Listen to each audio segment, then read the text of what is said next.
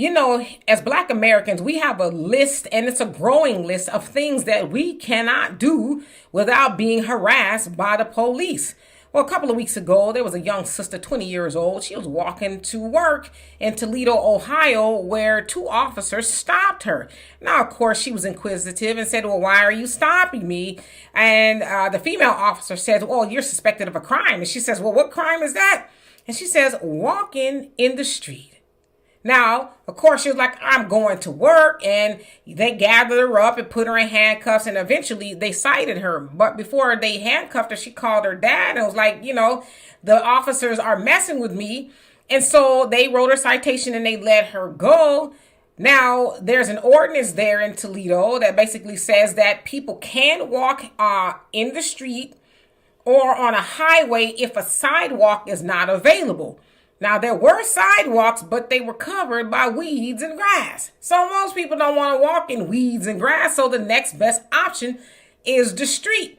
But the officers did not care. They terrorized and traumatized that sister anyway. Now, I will say they didn't rough her up or nothing like that, but putting her in the back of a police car, giving her a citation, I think that's traumatizing enough. She was almost at work when she said, hey, I'm going to work. But they couldn't just let it ride. They had to, mess with her. So, of course, we know that police officers in America are very racist toward Black people. It doesn't matter what you're doing. You could just be standing there and they going to gaffle you up like they did of Freddie Gray. Of course, he had his life snatched from him there in Baltimore. So you don't have to be doing anything here in America as a Black person to potentially lose your life or get a citation. Now, of course, the police department there says that we watched the body cam and we didn't see anything wrong, and there's no other investigation that we need to do. They felt like the officers were doing their job. And so as of this date, the sister still has to show up to court to answer to that citation of walking in the street, even though the sidewalk was covered with weeds and grass. So as y'all think about going to the polls, now I know Joe Biden has done a George Floyd Justice and Policing Act on the federal level, which only applies to FBI, Border Patrol, CIA, federal officers. It doesn't apply to officers like that in Toledo, Ohio.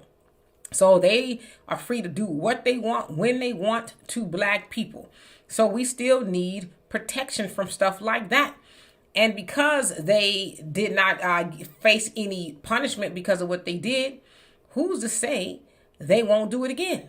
Now, the city council there, who is comprised of, it seems like a lot of Black city council members, are like, well, if they're going to police our neighborhoods, they need to be familiar with the community. You can't just go in there doing any and everything that you want to do.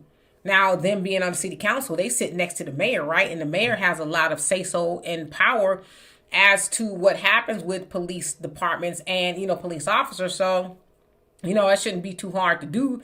Don't just be offering lip service, because how is that sister supposed to think when she's walking to work again, potentially in the street because the sidewalk is not available?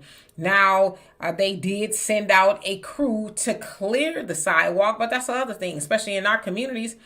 The streets, the sidewalks are often terrible, overgrown with weeds and grass and stuff. But if you go on a nicer side of, these city council people's district, it's pristine, right? There's no grass overgrowing. There's no, potholes and all that other stuff. But in our community, we got to walk in the street and potentially get harassed by racist police officers because you committing a crime walking in the street. So anyway, y'all tell me what you think of that. And for more insightful commentary, please subscribe to this channel and my channel, The Demetra Kaye Show.